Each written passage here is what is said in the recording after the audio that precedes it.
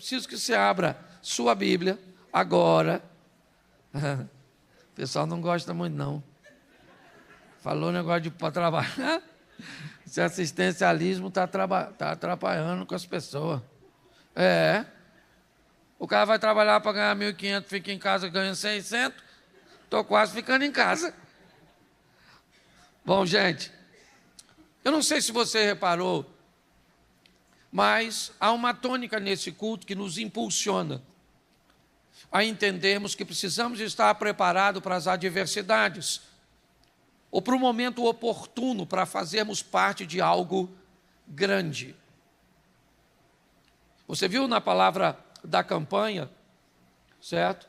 A motivação de estarmos fortalecidos para enfrentarmos a oposição, cuja qual nós não sabemos quanto tempo vai demorar. Eu sei que todos nós conhecemos a força do nosso Deus, o poder do nosso Deus. Mas eu não sei se você é capaz de reconhecer o poder e a força do inimigo de Deus, Satanás. A oposição de Satanás, ela é muito forte, ela é muito intensa.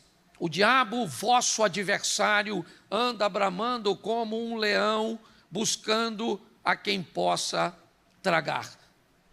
Se o diabo foi ousado o suficiente para se opor a Jesus na tentação, no deserto, olha bem, ele sabia quem Jesus era, mas como Jesus estava na fragilidade de um corpo humano, ele se aproveitou das necessidades humanas, achando que poderia tirar proveito disso. E ele tenta convencer Jesus de que Jesus não é quem Deus disse que ele era. Se tu és o Filho de Deus, se tu és o Filho de Deus. As tentativas de Satanás foram muito intensas para se opor, usando pessoas e situações. Imagine nós. Imagine. Então, inevitavelmente, nós precisamos estar firmes, fortes. Aquele que está de pé, tenha cuidado para não cair. Há uma preocupação muito intensa de Deus, porque Ele sabe o poder do inimigo, sabe a adversidade que o inimigo pode trazer. Eu vou usar 2 textos apenas. Esse é um culto de campanha, onde nós precisamos estar fortalecidos para vencermos, aptos a enfrentar os desafios cujos quais nós não sabemos de onde virão. Você vê Léa Mendonça cantar um dos hinos famosos, quem estava na guerra era eu, e o inimigo covardemente acertou um dos meus. Então, às vezes, não pode atingir você, atinge seus pais, seus filhos, mas ele vai buscar uma brecha, uma oportunidade, certo? E se ele encontrar, pode ter certeza, o diabo, ele vai agir, ele vai mover, ele vai buscar desestabilizar você. Nesses 2 textos, nós vamos ver pessoas que vão nos dar uma grande lição, mas principalmente nos alunos de Jesus. Os 2 textos que eu vou citar aqui, na verdade, é uma aula que Jesus está dando aos seus discípulos. Apesar dos discípulos terem a presença do próprio Deus no Espírito Santo, depois de Atos 2, Jesus sabia que transitar, certo, de uma presença física, onde os discípulos poderiam ver, ouvir, tirar suas dúvidas e migrar agora por uma presença espiritual onde eles não podem ver, onde para se ouvir agora um modelo mudou. Esses discípulos precisam estar prontos, preparados para enfrentar tudo isso, por causa da dureza. No chamado do apóstolo Paulo, Jesus é bem categórico a Ananias. esse indivíduo que eu estou chamando, ele vai saber o que é ser perseguido, certo? Ele vai entender os desafios. Então nós não estamos numa brincadeira, nós estamos numa guerra. Essa é a grande verdade. Entendeu? Todas as vezes que Satanás olha para você, você carrega a imagem de Deus. E isso torna você um inimigo. Algumas pessoas acreditam, se eu não mexer, se eu não... Não tem isso não. Não tem essa história de eu mexer com Satanás, não tem isso não. Você é filho de Deus. E isso inevitavelmente faz você carregar, certo? Algo precioso. Mas eu quero refletir com você. Eu vou deixar uma oração proposital aqui. Cadê o Carlos Eduardo Dias e a Adriana do Nascimento? Faz um sinalzinho para mim aqui. Isso. No final eu vou orar por vocês. Tá certo? Mas eu quero, até porque eu quero que vocês ouçam muito bem, porque se tem uma coisa que o Satanás trabalha, é contra o casamento. Quem é casado sabe o desafio que é manter uma vida a dois. Posso ouvir um amém dos casados? Amém. Deus te abençoe e te fortaleça. Isso, tenha força. Uma hora morre. Vai dar certo. Até a morte separe. Não estou agorando a vida de ninguém não, pô. Não é para até que a morte o separe? Então, isso aí. Vamos lá, Marcos 7:24. Vamos dar uma olhada nesse texto, são 2 textos. O texto é grande, mas eu vou falar pouquinho. Levantando-se dali, foi para os termos de Tiro e de Sidom. E entrando numa casa, não queria que alguém o soubesse, mas não pôde esconder-se. Porque uma mulher cuja filha tinha um espírito imundo, ouvindo falar dele, foi e lançou-se aos seus pés. E essa mulher era grega, cirofenícia de nação, e rogava-lhe que expulsasse da sua filha o demônio. Mas Jesus disse: deixa primeiro saciar os filhos, porque não convém tomar o pão dos filhos e lançá-lo aos cachorrinhos. Ela, porém, respondeu e disse-lhe: sim, Senhor, mas também os cachorrinhos comem debaixo da mesa as migalhas dos filhos. Então ele disse-lhe: por esta palavra, vai, o demônio já saiu da sua filha. Verso 30, e indo ela para sua casa, achou a filha deitada sobre a cama e que o demônio já tinha... Feche os seus olhos. Senhor nosso Deus e Pai, em nome de Jesus, eis aqui a tua palavra, continua falando conosco, usa-me como um canal de bênção nesta hora, em nome de Jesus. Amém, glória a Deus. Amém. Essa história, ela é contada por outra ótica também, tá certo? Essa não é a única narrativa desse texto. Numa outra narrativa diz que essa mulher vem seguindo, certo que Jesus não faz questão de ouvi-la, ok? Até que os discípulos ficam incomodados e o intercedem. Mas há 2 lições muito importantes aqui para os alunos de Jesus. Primeiro, eles vão aprender que essa mulher não tem condições de fisicamente trazer seu problema para Jesus. Ela tem um problema grande e o problema dela vai ficar lá na casa dela. Não deu para trazer. Tá certo? E ela vai procurar Jesus. Ela tem um propósito. E o propósito dela é um dos maiores. Está na filha. Ela precisa encontrar uma solução para aquele problema. O problema está na filha. E ela precisa encontrar uma solução para o problema que está na filha.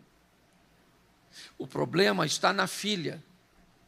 E ela precisa encontrar uma solução para sua filha. Preste atenção. O problema está numa posição, numa categoria que vai inferiorizar qualquer tipo de obstáculo. Ok?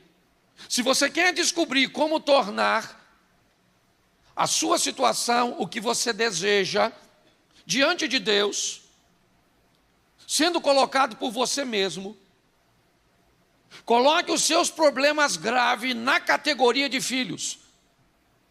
Ou seja, numa categoria onde todos os obstáculos são inferiores. Se tiver que levantar de madrugada, que pegar uma fila, que pegar, não interessa. Se tiver que se humilhar, não interessa. Você está entendendo? A categoria do problema, o outro também você vai ver. Mas o problema está na filha dela. E ela precisa encontrar uma solução. Então, o que é que ela vai fazer? Ela vai procurar aquele cujo qual as pessoas estão dizendo que pode solucionar o problema dela. Pronto, é isso. Se você tem um problema e acredita que um parente seu pode te ajudar, primeiro você vai lá. Se você acredita que um político pode te ajudar, você vai para a porta da casa dele e vai aguardar ele sair. Não interessa quanto tempo ele demore. Essa é a verdade.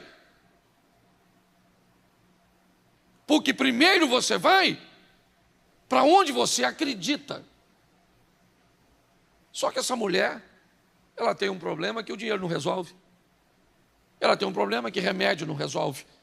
Ela tem um problema que está difícil.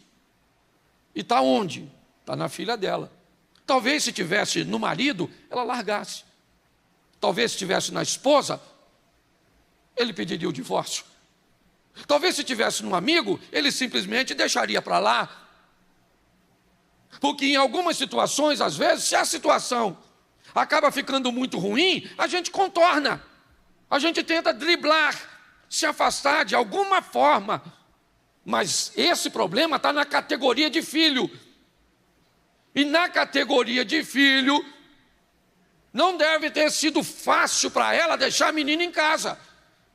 Porque se ela está em casa, pelo menos a menina está debaixo dos seus olhos. Com quem ou quem ela ia confiar o cuidado de uma menina com demônios? Mas ela tem um problema. O problema está na filha. A filha é prioridade. Então eu vou procurar uma solução. Lá vai ela. Seja na primeira história ou na segunda, vamos ficar com essa que eu li. Jesus vem andando, entra numa casa e não quer atender ninguém. Ele não quer atender ninguém. O motivo não interessa. Qual é o motivo de Jesus não querer atender uma pessoa? Olha só. Ele que teve tempo para as crianças, parou para atender um mendigo, entrava na casa de um pecador. Se tinha uma coisa que Jesus estava pronto, era para servir pessoas. E nesse dia, o texto diz que ele não quer falar com ninguém, ele não quer atender ninguém. O que está acontecendo com Jesus? Jesus está cansado? Jesus está estressado? Não, Jesus tem uma lição para dar aos discípulos. Entra numa casa e provavelmente avisou seus discípulos: eu não atendo ninguém. Não quero que ninguém saiba que eu estou aqui. O contrário das outras vezes, gente. Você vai a Israel, a primeira coisa que um guia decente te fala é como reunir 5.000 pessoas, 10.000 pessoas na época de Jesus. Não tinha um radinho, não tinha um folheto, não tinha nada. Para avisar que Jesus estava chegando. As casas, as moradias, certo? Não, eram como hoje. Então qual era a forma de fazer isso? Era avisar as pessoas de maneira prévia. Havia uma equipe que ia à frente como batedores, levando a informação. Certo, Jesus tal dia está chegando aqui. Então as pessoas se preparavam, dava tempo de alguém falar com outros, para que a multidão... Porque a maioria das pessoas, elas imaginam assim: Jesus aparecia na praia e o Espírito Santo ia falando com todo mundo. Não romantiza o negócio, não. Entendeu? E agora Jesus diz o inverso. Entro nessa casa e não quero atender ninguém. Não quero que ninguém saiba que eu estou aqui. Pronto. É isso. Mas o texto diz que uma mulher, cuja qual tinha uma filha com espírito imundo, ouvindo falar de Jesus, ou seja, ela descobriu que ele estava expulsando demônios. Qual é o problema da filha dela? A menina está endemoniada? Então o que ele pensou? Ou o que ela pensou, perdão. Certo? Ele pode resolver o meu? Então eu vou falar com quem? Com ele.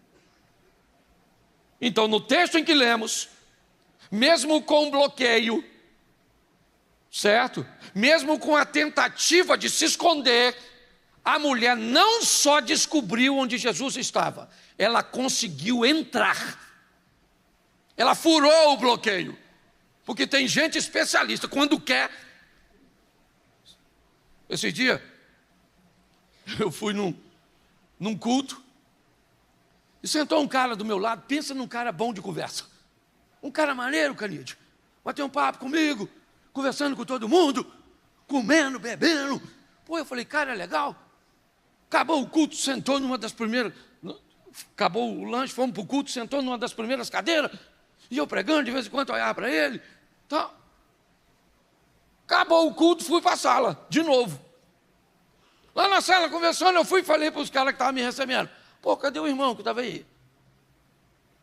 Aí o pastor falou assim, ele estava contigo não? Eu falei, não, rapaz, o cara, aquele cara aqui, aqui. Ele falou, não, a gente não sabe quem ele é, não. Ele só entrou porque nós achamos que estava contigo. Eu falei, mas eu achei que ele era daqui. E cadê ele? Sumiu? Como é que o infeliz conseguiu sentar na mesa com os pastores? Eu sei porque ele conseguiu, sabe por quê? Porque ele queria. Então, ele foi dissimulado, certo? Foi e conseguiu entrar lá. Porque, preste atenção, o importante não é o que você quer, é quanto. Pastor, eu quero muito. Isso é muito bom, mas cuidado, porque quando você quer muito, Satanás pode te convencer a quebrar princípios para alcançar o muito. Você tem que ter cuidado, certo? Essa mulher, ela estava que estava, ela furou o bloqueio. Não entra, e está aí, ó. Olha lá o Pedro lá, ó. A turma dele está aí, o segurança. O discípulozinho aí, ó. Não vai entender. Minha garotinha está lá, lascada. O demônio vai sair dela, vai ter que sair. Ah, mas não pode entrar, não pode entrar não. Tá bom, não pode entrar não. E tá aí não, tá não. Quando viu, ela já estava lá. Eu imagino o discípulo, pensa. Ah, dona, não pode. Ah. Jesus falou, não, calma aí. Não fez a segurança direito. Agora deixa a dona. O discípulo tem que estar ouvindo, sim ou não? Sim ou não? Aí a mulher falou, Senhor, estou com a garotinha lá na minha casa. Tá? Demoniadinha. Jesus falou, pois é, dona, explica uma coisa, senhora. Eu não vim para os gregos, eu vim para os judeus. Eu não posso pegar o pão dos filhos e dar para os cachorros. Não me é lícito pegar o pão dos filhos e dar para os cachorros. Pensa. Se fosse você, tu está sofrendo, sua garotinha está lá, seu casamento está na pendura, seu filho, sei lá quem é. Aí você vem para o pastor, Pastor, só pode orar por mim? Ele falou, não pode orar não, você é membro daqui? Ah, não é membro daqui não? Então não vou orar por você não, irmão. Vai se converter, meu infeliz. Com esse tipo de vida? Cachorro. Pensa, como é que você fala? O que você vai falar? Cachorro é você, pastor. Pastorzinho dos infernos. Também que se dane, minha garotinha que fica endemoniada. Quero saber de nada não. Pensa. Eu conheço gente que ia embora da igreja por muito menos. Aliás, se o Eliezer fizer isso, vão falar comigo. Se eu fizer isso, alguém vai falar com você. Agora eu quero ver com quem essa mulher vai falar, porque quem chamou ela de cadela foi Jesus. E pior, ele é Deus. Senhor, olha o filho que o Senhor criou, que botou na terra. Chamando eu de cachorro. Pare e pense. Era motivo para a mulher ir embora, sim ou não? Sim ou não? Mas tinha um motivo maior que fazia ela ficar. Qual era? A filha. Entendeu? A menina era. A ligação que ela tinha com o propósito era maior do que toda a adversidade. Hoje tem gente que quebrou a campanha por causa do Flamengo. Vou dar sentença? Eu não. Cada um que fique com a sua. Mas você não acha que eu, como pastor, tenho vontade de falar? Senhor, não dá benção não, não dá benção não, não dá benção. Eu estou brincando. Você está entendendo? Mas é só para você entender. Propósito. O propósito dela era maior. Então, quando Jesus diz, não vou atender você, que você é uma cachorra, eu não vim para os gregos, eu vim para os judeus, e pronto, se fosse a maioria de nós, já tinha virado as costas e saído. Nervoso. E os discípulos olhando, eu fico imaginando o Judas olhando isso. Isso aí. Ó. O Tomé, pensa, discípulo ruim, porque a patota de Jesus... Pensa nos caras. Vamos lá. O Pedro era aquilo que você sabe. Quando o Pedro corta a orelha do soldado, ele vai morrer. Tentou contar a vida de um oficial. Jesus é que foi lá, pegou a orelha e falou, senhor, chega aí. Está ouvindo, filho? Vai embora, Pedro. Guarda. E ele não cortou a orelha de propósito, não. Pedro não era zorro. Ele errou, ele queria matar o cara. Ou será que ele foi lá na orelha? Pô, botou uma máscarazinha? Sai fora. Vai causar problema, sim ou não? O Tiago e João, Jesus chamava de filho de trovão, por causa das encrencas. Um dia pediu, Senhor, deixa para eu sentar de um lado, e ele senta do lado, quando o Senhor entrar no seu reino. Pedro que chegou e falou, e eu sento onde, maluco? Para pensar. O André era aquilo que você já sabe. Felipe, o brincalhão. O Judas... aquela coisa, o Tomé, o Natanael, o exigente. Só tinha gente ruim.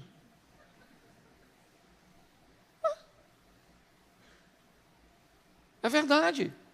Está trabalhando aquela turma toda. Eu imagino todo mundo olhando Jesus falando com a mulher. Alguns melhorzinhos deviam estar pensando, é melhor não ter entrado. Está vendo? Hoje ele está nervoso. Não está afim de atender. Jesus estava nervoso? Ele está querendo dar uma lição nos discípulos. E ele vai dar. E vai usar a mulher como material didático para dar uma lição nele. Você entendeu? Você entendeu quando o Canídia estava dizendo aqui que você é um milagre na vida do outro? Você é um material didático que Deus quer usar para dar uma informação, um milagre, uma correção, um amadurecimento. Eu não sei quem é você, porque tem gente que vem nesse mundo com a missão de amadurecer os outros. Esse tipo de gente é gente ruim, mal educada, desonesta, grosseira. Com Jesus, vai para o céu, mas só veio para ensinar a gente a ter paciência, autocontrole, dizendo não mato. Ai. Conhece alguém assim? Você vive com as pessoas assim? Todo mundo está esperando que a mulher vá embora, sim ou não? Mas eles não estão esperando para o que ela vai fazer. O único que me parece que já sabe de antemão é o próprio, porque a mulher olha para Jesus e disse, sim, Senhor, sim, tá bom. Cadela, cachorra, au, isso. É isso aí, tá bom. Eu vou falar uma coisa para o senhor, os cachorrinhos que o senhor me chamou, a tradição aí de vocês, come debaixo da mesa as migalhas que caem dos... Ela falou, só quero uma migalhinha. Eu só quero uma palavra do Senhor. Eu não pude trazer minha filha, mas o Senhor é poderoso para dar uma ordem aqui que faz um milagre lá. Você consegue entender? É só isso. Eu imagino Jesus agora olhando por discípulo.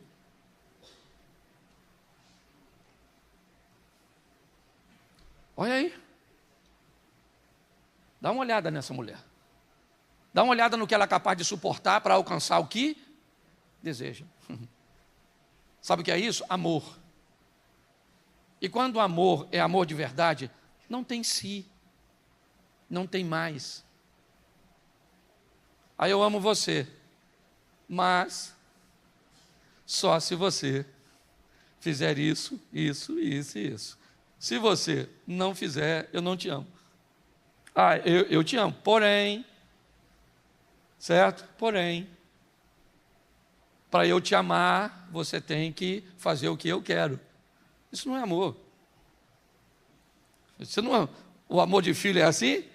Não, seu filho pode ser rebelde, pode tirar nota baixa, o menino pode fazer isso, pode entrar para o tráfico, ele pode assumir, certo, a homossexualidade, pode acontecer o que quiser. Você deixa de amá-lo? Não, não. Há uma lição aqui. Jesus vai embora. Já, já. Os discípulos precisam estar preparados para aquilo. Para quê? Para aprender com essa mulher a não desistir, a prosseguir, a continuar debaixo de perseguição, debaixo de difamação, certo? É isso.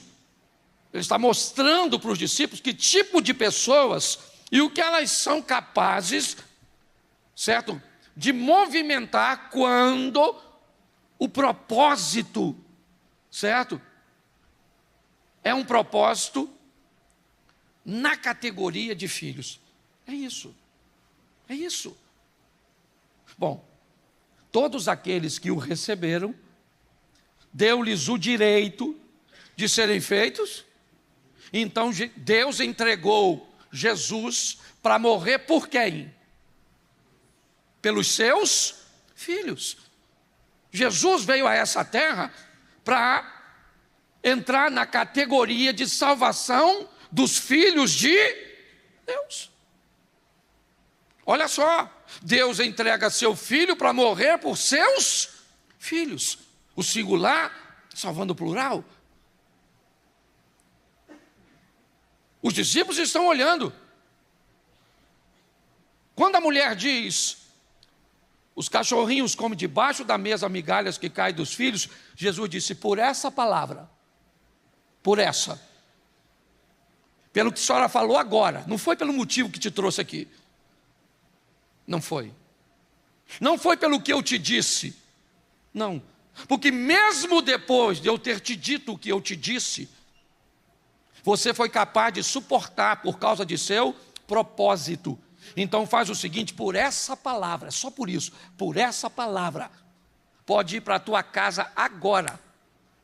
Me permita usar isso aqui, não é muito, mas pensa, o diabo não é onipresente, mas provavelmente a velocidade informativa deve ser alta.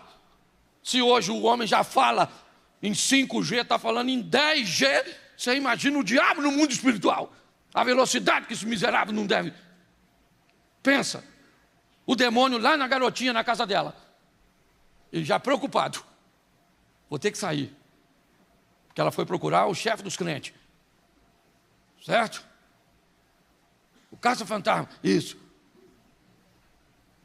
Mas quando Jesus fala, não posso pegar o pão dos filhos e dar para os cachorrinhos, o que deve ter acontecido? Um demônio daqui pode ter avisado de lá. Fica aí, amigo. Ele foi muito desagradável com a dona.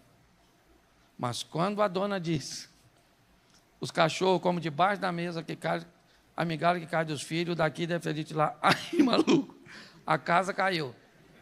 A dona é doida.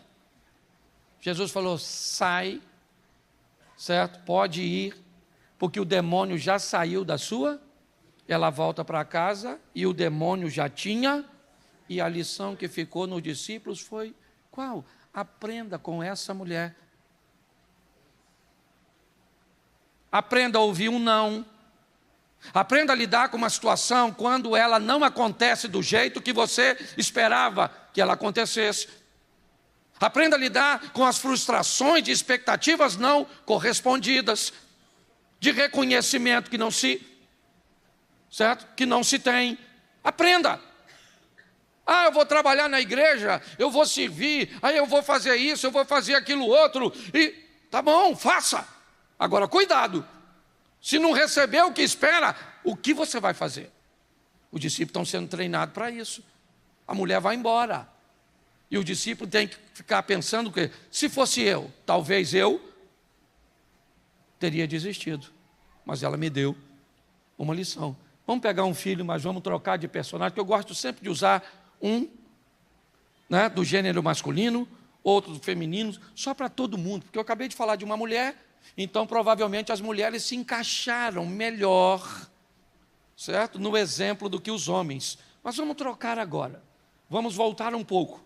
Marcos 9, a partir do 14. Coloca aí, por favor. Marcos 9. Isso. E quando se aproximou dos discípulos, viu ao redor deles grande multidão e alguns escribas que disputavam com eles.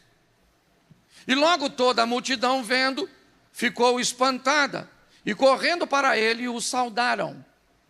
E perguntou aos escribas: o que é que discuti com eles? E um da multidão, respondendo, disse: mestre, trouxe-te meu filho. Bom, vamos lá. A mulher levou a filha, sim ou não? A mulher levou a filha, sim ou não? Isso. Não levou. O homem levou o filho, sim ou não? Então os discípulos vão aprender a lidar com situações diferentes.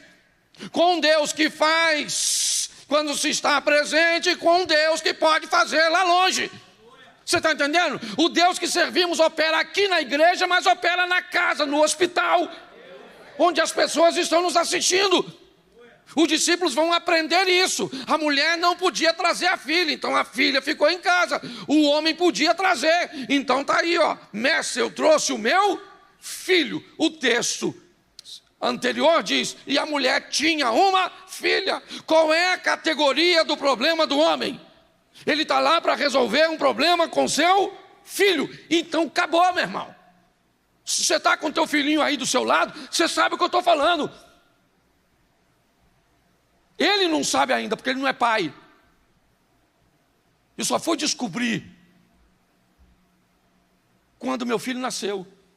E aí eu descobri, meu mais velho tem 32 anos, certo? Mas para mim, eu descobri que depois que um filho nasce, você nunca mais dorme do mesmo jeito. Pode morar na sua casa ou pode morar em outro continente. A verdade é essa. É o meu menino, pastor, meu menino está doente. Às vezes a velhinha tem 70 e poucos anos. Ô dona, que menino da senhora? Meu menino. Quantos anos tem seu menino? 53. É assim. Agora vai na categoria, trouxe-te o meu filho que tem um espírito mudo. Vamos lá. E este, onde quer que o apanha, despedaça-o. Ele espuma, arranja os dentes e vai definhando. E eu disse aos seus discípulos que o expulsassem, e não puderam. Verso seguinte: e ele respondendo-lhes, disse: ó geração incrédula, até quando estarei convosco? Até quando vos sofrerei ainda? Trazei-mo. E trouxeram. E quando ele o viu, logo o espírito o agitou com violência. E caindo, o endemoniado por terra revolvia-se, escumando. E perguntou ao pai dele, olha que pergunta: quanto tempo há que lhe sucede isso? E ele disse o quê? Desde a infância. E muitas vezes o tem lançado no fogo e na água para o destruir. Mas, se tu podes fazer alguma coisa, se tu podes fazer alguma coisa, grave isso, mas, se tu podes fazer alguma coisa, tem compaixão de nós e ajuda-nos. Verso 23. Jesus não gostou muito do que ele disse. Você sabe por que ele disse? Mas, se o Senhor pode fazer alguma coisa? Há quanto tempo o menino fica endemoniado? Desde Há quanto tempo esse cara está tentando resolver isso? Há muito tempo, sim ou não? Ele já tentou outras vezes? Deu certo?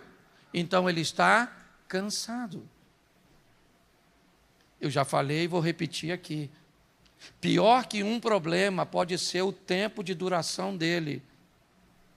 Quando alguém for te contar que está sofrendo dor por uma situação, pare de achar que o problema é pequeno. Pergunte há quanto tempo o problema acontece e você vai descobrir que a pessoa já está convivendo com isso 5 anos, 10 anos, 15 anos.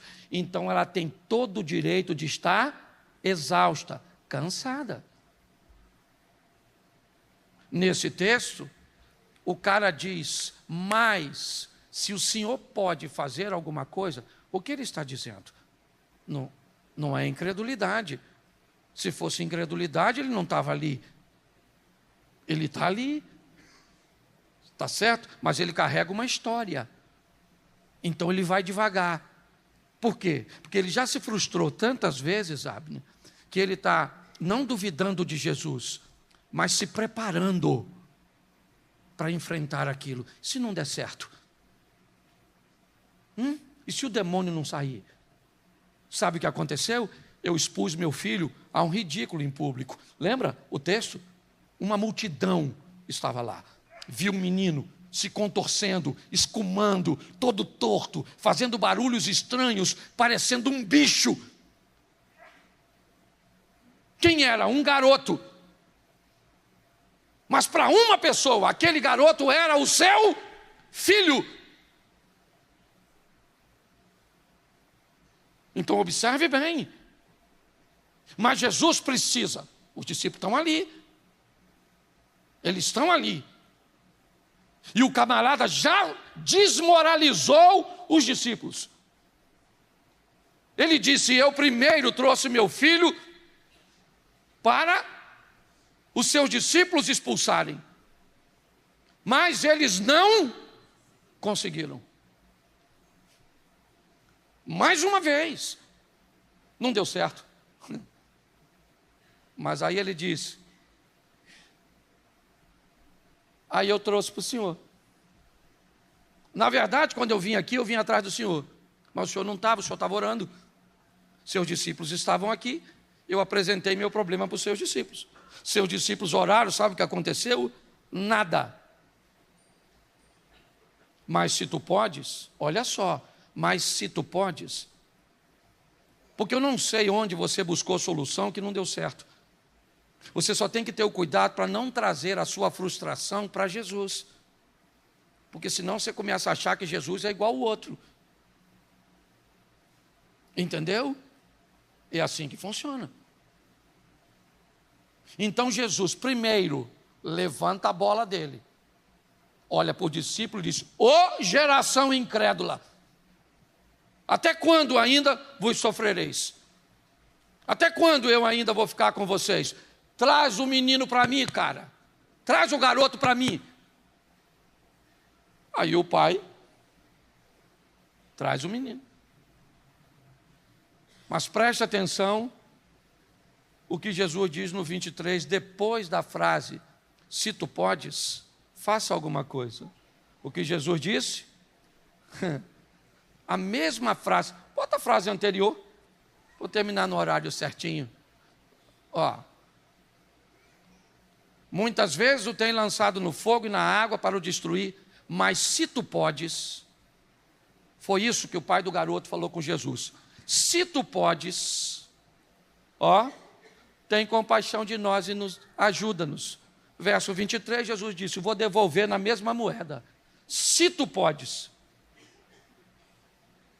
Então, se depois de tudo isso, depois de você estar cansada, decepcionada, certo? Envergonhada, humilhada, sofrida, é essa historinha que você gosta, ela não serve nada diante de Deus.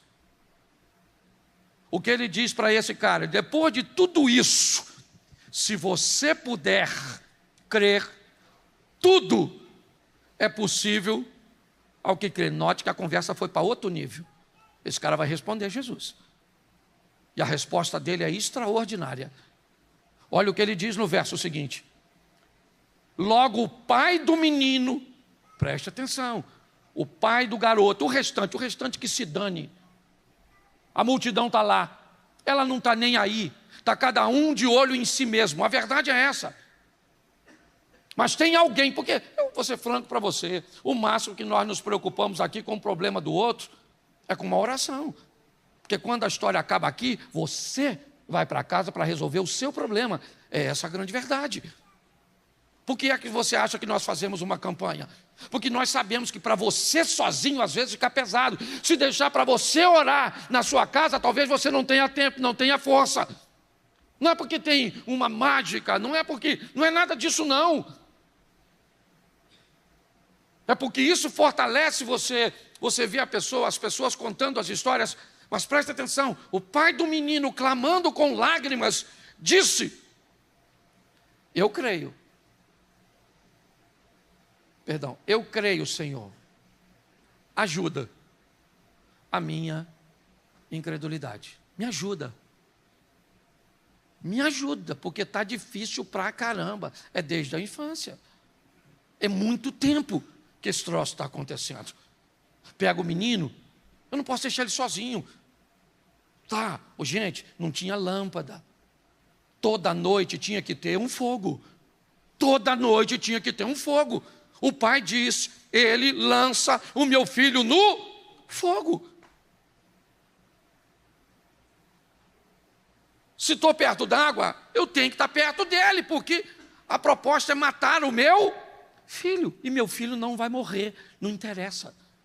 Ele é meu filho, está na categoria de filho e eu vou lutar por ele.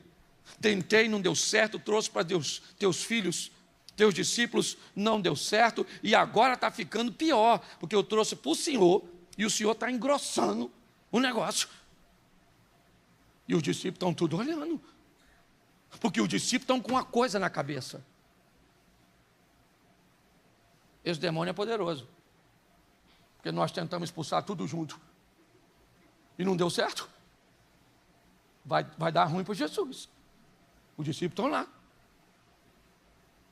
Eles não entenderam por que eles não conseguiram. Eles estão debaixo de uma situação totalmente diferente da anterior. Certo? Então, é outro ensinamento. Pela primeira vez, eles tentam expulsar o demônio sem sucesso. E o que Jesus está querendo mostrar não é um modelo único. Você vai enfrentar situações diferentes. Então a conversa, olha só, o menino diz, se tu podes. Jesus diz, se tu pode, você. E aí o pai chora. Lógico, ele vai pegar o que sobrou. Porque às vezes é assim, meu irmão, o navio se destroça, é muito bonitinho.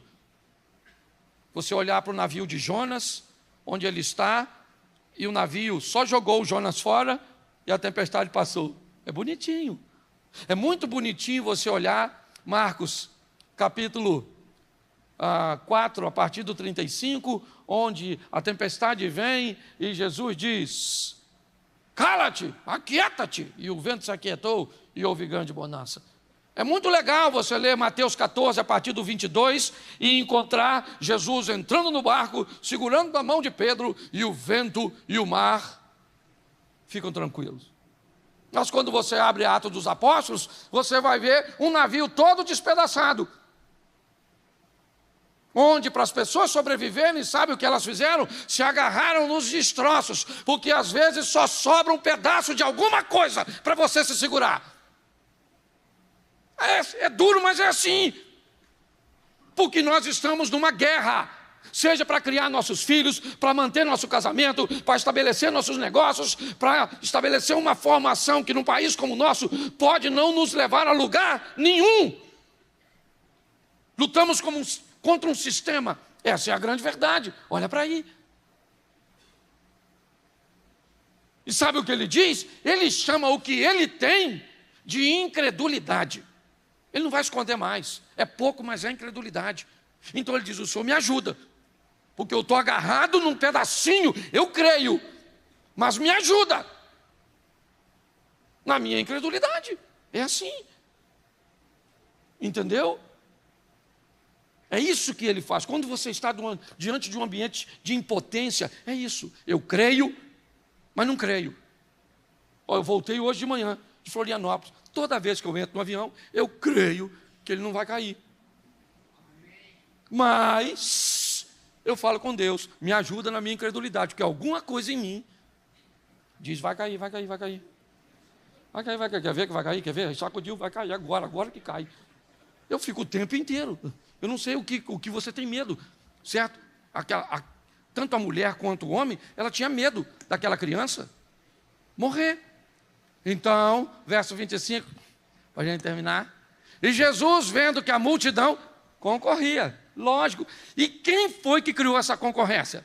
Os discípulos, quando não expulsaram. Então, agora o pessoal já está. O demônio sai ou não sai? Será que sai? Sai nada. 12 caras orando, não saiu.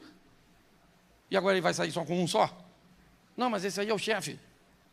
Mas o demônio teimoso não sai. A multidão concorria. Repreendeu o espírito imundo, dizendo o quê? Espírito mudo e surdo, eu te ordeno, sai dele e não entre. Isso.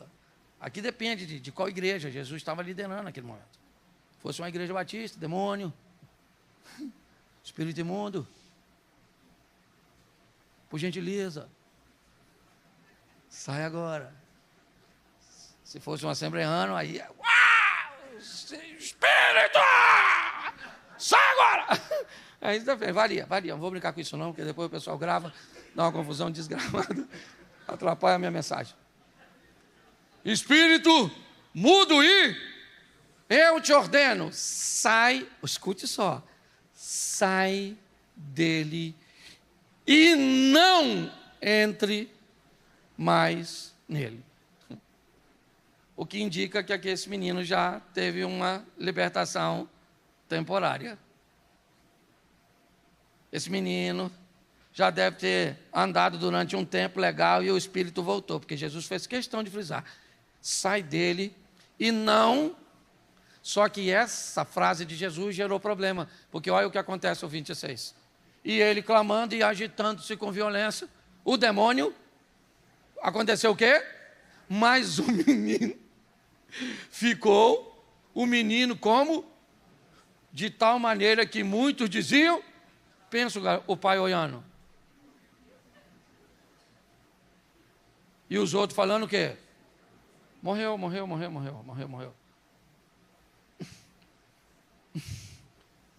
Não era isso. Agora não entra mais nele mesmo, não, que demônio não entra. Não. Agora que eu entendi esse negócio de não entra mais nele. O meu garoto. E o discípulo deve estar olhando. Morreu mesmo. O que você acha, Tomé? Está mortinho, quer ver? Igual a menina lá da filha do Jairo. Você está rindo, mas é sério. É pauleira. É pedrada, porque tem gente aqui que enfrenta troço desse tipo.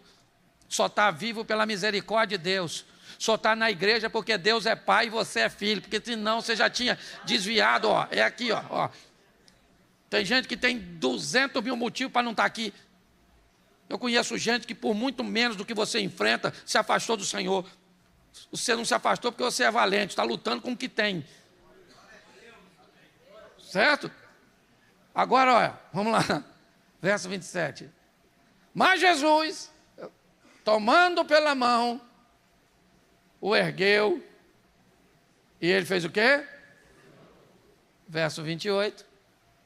Quando entrou em casa, pensa os discípulos indo embora. Assim que Jesus entregou o menino, falou, morreu não, esse menino estava descansando. Quando chegou em casa, os discípulos chegou para Jesus e falou, Ô, Jesus, chega aí. Por que é que o demônio não obedeceu nós? E Jesus falou o quê? Essa casta não pode sair com coisa alguma, a não ser com...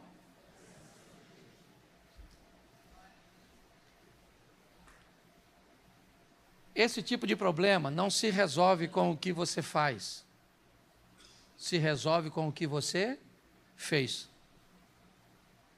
Jesus está vindo de onde? Por que é que os discípulos não foram para o monte orar? Só foi 2, se não me falha a memória. Depois você lê que eu não sou obrigado a ler tudo. Os Zé Ruela acharam que já estava... Vamos ficar por aqui mesmo, parece uns demônios, nós expulsa, porque nós é expulsador de demônio, Ghostbuster, certo? Vamos embora. Eu gosto disso. Sai, demônio. Não vou sair não, esse maluco está pensando que é. Quando chegou o chefe dos crentes, o demônio deve ter falado, agora deu ruim. O cara estava no monte orando, falando com Deus, ele é mesmo Deus. Nem sei como é que o demônio teologicamente entende isso. E aí, olha só. Os discípulos vão aprender inúmeras lições e nós também. Primeiro, tem problema que dá para levar diretamente. Tem problema que não dá. Tem problema que se resolve de uma vez só. Jesus curou um cego em etapas. E daí? Tem pessoas que são curadas no caminho. O que Jesus está ensinando aos discípulos é que não dá para pregar um modelo, entrar nessa caixa e achar que Deus vai fazer tudo da mesma forma. Mas o que esses 2 exemplos nos mostram é que quando alguém coloca um problema na categoria de filho, não interessa o que vai acontecer. Você vai receber de Deus uma resposta, ainda que ela seja negativa. Samuel era um homem de Deus. 1 Samuel capítulo 16, verso 1. Disse o Senhor a Samuel: até quando terás dó de Saul, tendo eu o rejeitado para que não reine sobre Israel? Cale a boca, eu não quero mais Samuel como monarca. Acabou. Não quero Saul como monarca. Deus respondeu: Samuel, sim ou não? Sim ou não? Deu a ele a resposta que ele queria? Pronto, mas respondeu. O problema é que às vezes disseram a você que você é Deus e que você vai vir para a igreja e Deus vai fazer exatamente o que você quer. Peça a Deus para trazer a solução, ainda que ela seja apenas uma resposta de satisfação. Por que não vou fazer? Jeremias, não vai. Pai, se possível, aparta de mim o que Deus falou para Jesus? Não vou apartar. Ele disse, então se o senhor não vai apartar, importa que eu beba, pronto, está tudo certo. Mas a resposta veio. É assim que funciona. Firmes, fortes, sempre. Quando minha mãe saiu da Paraíba, eles pararam durante um tempo em Minas Gerais. Com 12 para 13 anos, eles chegaram no Rio de Janeiro. Foram morar lá perto, no ponto final aqui do ônibus que vai para Xerém. Com 14 anos de idade, meu pai tinha 35 nessa época, engravidou minha mãe. Há um tempo atrás, eu conversando com minha mãe, ela me disse, filho, eu fui criado num regime onde eu não sabia que filho nascia por causa de relacionamento sexual.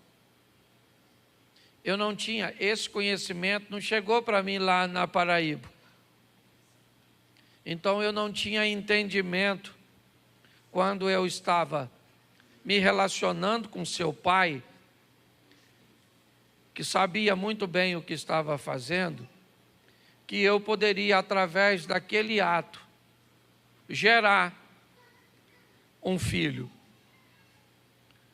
Se eu tivesse o entendimento disso, eu teria ou não teria feito, até porque era uma menina de 14 anos. Minha mãe me teve com 14, já para 15, quase com 15 completo.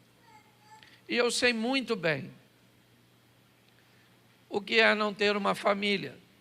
Ou melhor, eu prefiro olhar por outro ângulo.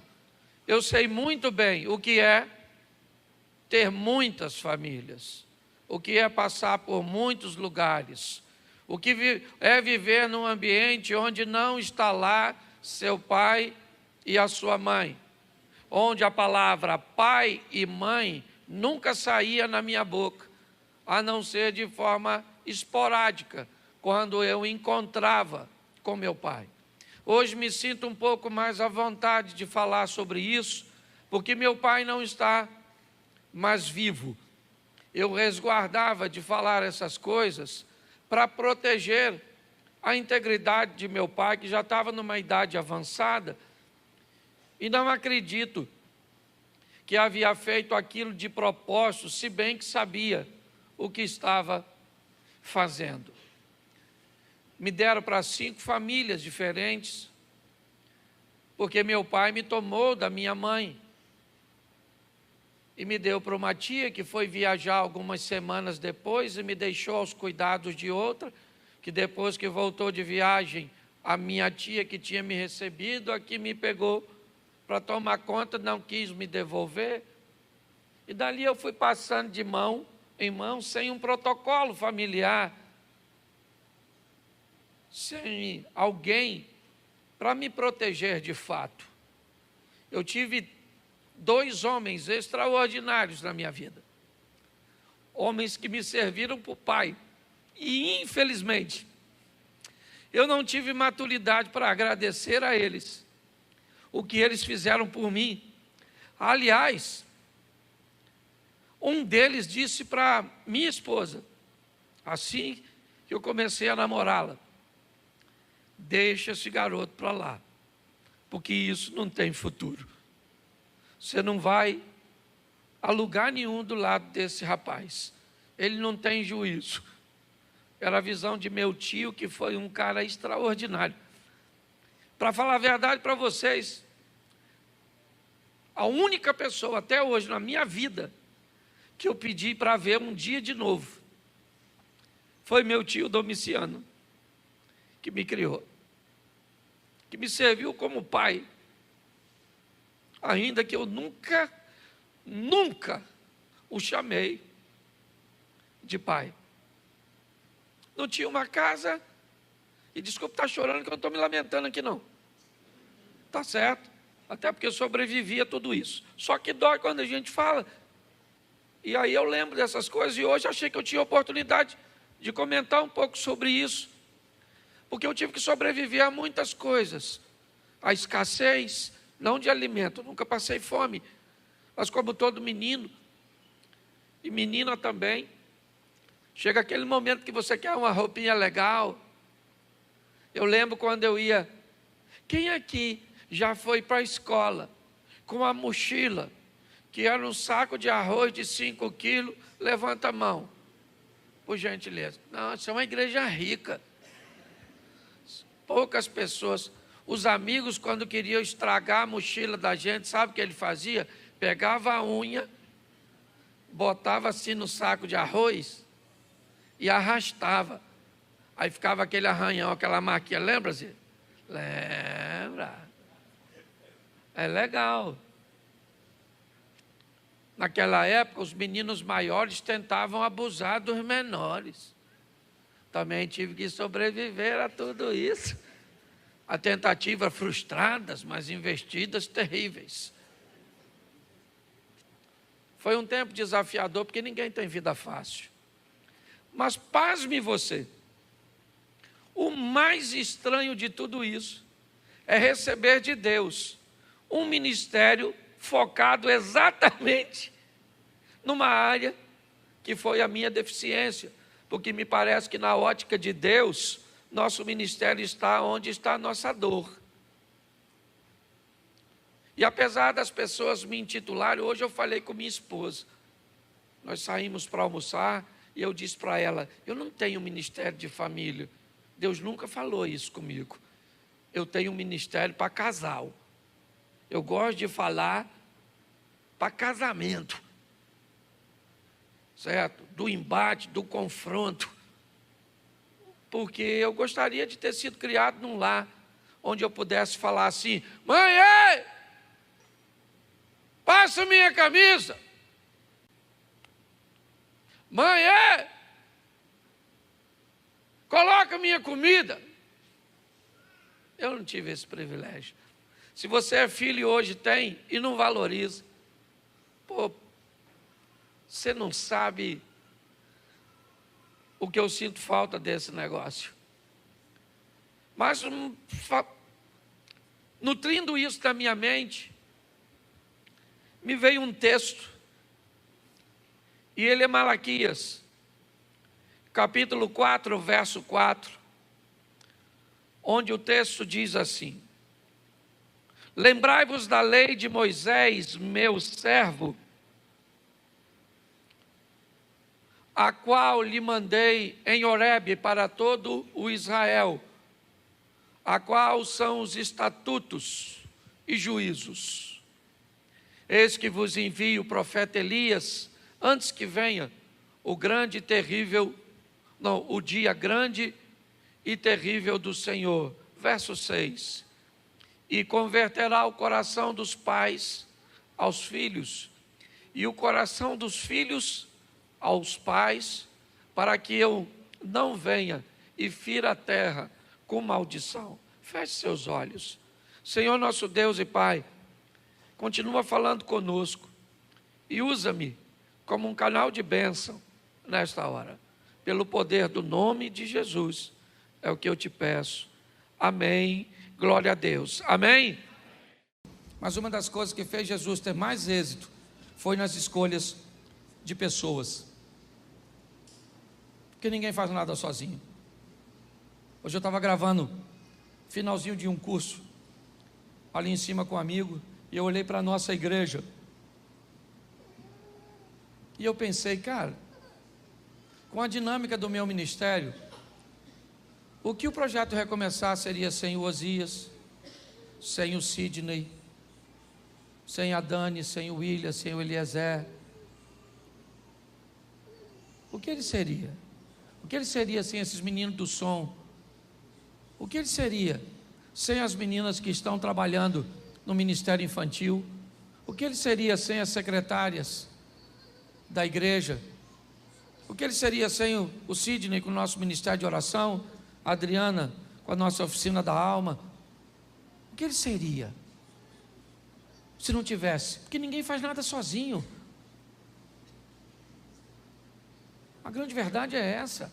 Achar as pessoas certas é a grande essência da vida. Amém. Adriana, quantas vezes eu fui na Oficina da Alma? Uma vez. Uma. Funciona há quanto tempo? Já vai para 6 anos. Sabe por que eu não vou? Porque não dá problema. Porque resolve problema. Você está entendendo? Está amanhã com Deus aí. A turma que trabalha com ensino sabe como eu deixo o livro. Tem gente até que fica preocupado. Está lá, ó, meu livro dos obreiros internos, externos, está tudo aí. Porque a partir do momento que você acha a pessoa certa, já era. Porque tem gente que faz coisa muito melhor que você em área que você não é bom. E pronto, e vida que segue. É assim que funciona. Jesus achou pessoas certas. Se nós entendermos isso, primeiro, ele achou seus discípulos. Não foi numa escola, não. Não.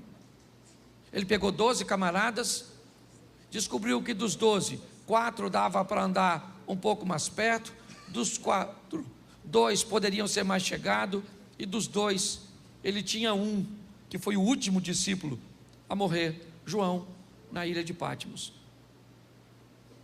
Ele conseguiu achar pessoas certas. E o Evangelho de João, capítulo 17, verso 12, presta atenção no que disse Jesus. Olha só. Ele sai 100%.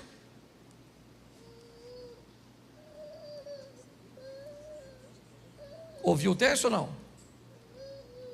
Vamos lá, 17, 12. João 17, 12. Se travou, me fala que eu leio. Travou? Isso, o computador, o inimigo, está furioso. João 17, 12. Estando eu com eles no mundo, guardava-os em teu nome, e tenho guardado aqueles que tu me deste, e nenhum deles se perdeu, senão o filho da perdição, que a Escritura, disse ou falou para que se cumprisse. Preste atenção, Jesus disse: todos os caras que eu escolhi, deu certo, até o que deu errado. Porque o cara que deu errado cumpriu a sua missão. Por quê? Porque quando você acha as pessoas certas, já era. Por que você acha que todos os dias o diabo está mandando gente errada para a sua vida? A Bíblia diz: bendito é aquele que vem em nome do Senhor. Então, se bendito é aquele que vem em nome do Senhor, todo dia seu filho encontra com gente que vem de Deus e gente que vem das trevas. Sua esposa encontra com gente que vem de Deus e gente que vem das trevas. Seu marido encontra com gente que vem de Deus e gente que vem das trevas. Porque se todo mundo viesse de Deus, não precisa ter processo de seleção. Todo mundo vem do mesmo lugar. Você pega um cara espiritual como Josué, recebe os gibeonitas, porque se disfarçaram e diziam vir em nome do, mas não vinham. Você consegue entender isso? Quando nós vemos esse texto, nós descobrimos que quem consegue selecionar pessoas vai muito longe. Ele selecionava amigos. Não vou te dar o texto, se quiser anotar. João capítulo 11, verso 3. Mandaram-lhe suas irmãs dizer: Senhor, está enfermo Lázaro, aquele a quem tu amas, seu amigo. Jesus também tinha amigos, e não eram poucos, eram muitos. Por isso que eu não gosto de gente que tem 40, 50, 60 anos de vida e diz que tem poucos amigos. Ninguém pode viver tanto e ter poucos amigos. Se você tem poucos amigos é porque você é ruim. Você pode ter poucos amigos na esfera de maior intimidade, aí eu entendo. Mas você tem que ter amigo para viagem, amigo para bate-papo, amigo para pesca, amiga para ir para o shopping, amigo para contar segredo, amigo para emprestar dinheiro, amigo para orar por você.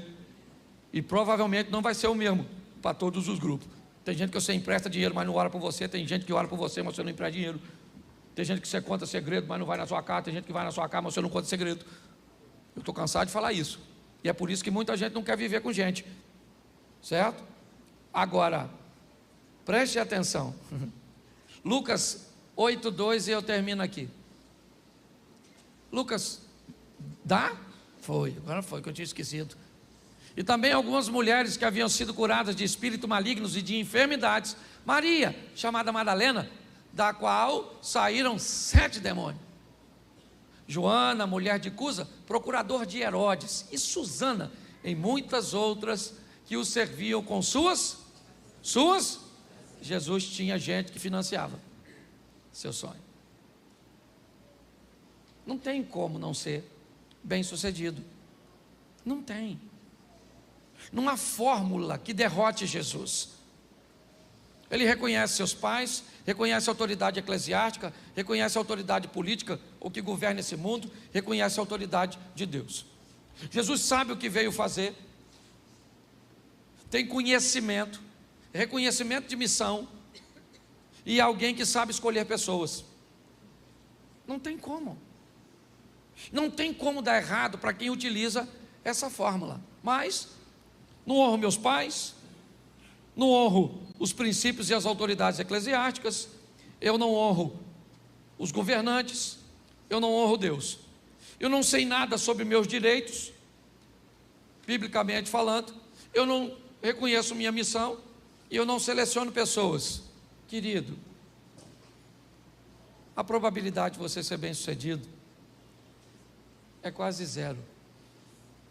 Desculpe o que eu vou falar, mas o maior vilão da nossa vida ainda continua sendo nós mesmos. A grande verdade é essa. Mude de vida. Mude a sua maneira de pensar.